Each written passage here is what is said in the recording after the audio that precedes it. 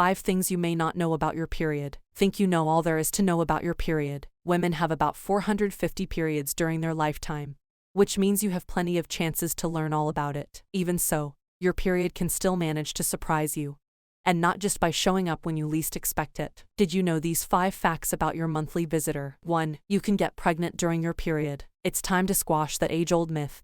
Your period doesn't protect you from pregnancy. There are a couple of reasons why. First, some women may bleed when their ovaries release an egg each month, called ovulation, and mistake it for their period. You're at your peak fertility when you ovulate, so if you have sex during this time, it could actually make you more likely to get pregnant. Second, you may ovulate before your period is over or within a few days after the bleeding stops. Since sperm can hang out in your body for up to 3 days, having sex during your period could lead to conception. Use a condom or other form of birth control to prevent an unplanned pregnancy, no matter what time of the month it is. 2. The period you get while on the pill isn't a true period. Sure, you bleed during the week that you take the sugar pills, but technically that's monthly withdrawal bleeding. It's slightly different than a regular period. Normally, you ovulate in the middle of your menstrual cycle. If the egg your ovaries release isn't fertilized, your hormone levels drop, causing you to shed the lining inside your uterus.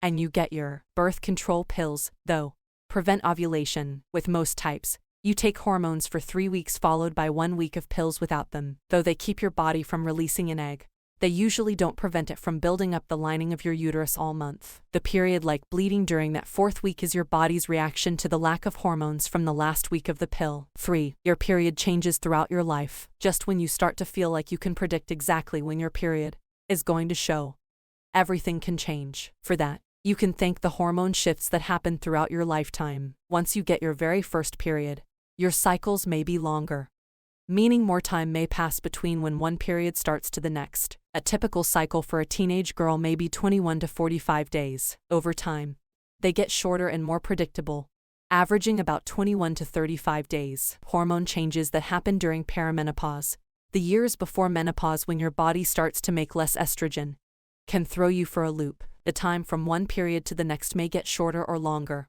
and you may have heavier or lighter bleeding during your period. This phase can last up to 10 years before you start menopause and stop getting your period for good. Gradual life changes are normal, but sudden, unusual issues like very heavy bleeding or missed periods are not. Talk with your doctor if you notice that something seems off. 4. Tampons and pads aren't your only choices. You have more options to help you manage that time of the month. A menstrual cup is a flexible cup that fits inside your vagina and collects blood during your period. Period panties are super absorbent, and you can wear them on their own on your lighter days or with a tampon during heavier times. Reusable cloth pads can be washed and worn again. These products can be cost savers, since you can reuse them, and they also create less waste. In some cases, they give you more time between changes. For example, you need to change a tampon every 4 to 8 hours, but you may be able to go up to 12 hours with a menstrual cup before you empty it. There are pros and cons to all these options, just as there are with tampons and pads, but you can find one that works best for you with some trial and error. 5. PMS is still a mystery. It's 1 or 2 weeks before your period starts,